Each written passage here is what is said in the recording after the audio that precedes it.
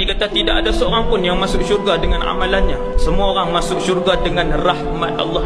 Sahabat tanya, wala anta ya Rasulullah, bahkan kamu juga ke ya Rasulullah, kamu pun tak masuk syurga dengan amalan kamu? Nabi kata, wala ana, aku pun tak masuk syurga dengan amalanku, illa an yataghammadani Allahu birahmatin minhu wa fadl, kecuali Allah melimpahkan kepadaku dengan nikmat dan juga rahmatnya. Kita nak masuk syurga dengan rahmat Allah, dengan belas ihsan Allah, dengan kasih sayang Allah. Akan tetapi Allah nak sayang, Allah nak kasih, Allah nak limpahkan rahmat itu bila Allah tengok banyak tak buat amal ibadah, banyak tak buat ketaatan kepada Allah, banyak tak buat benda-benda yang Allah redha waktu hidup di muka bumi dulu.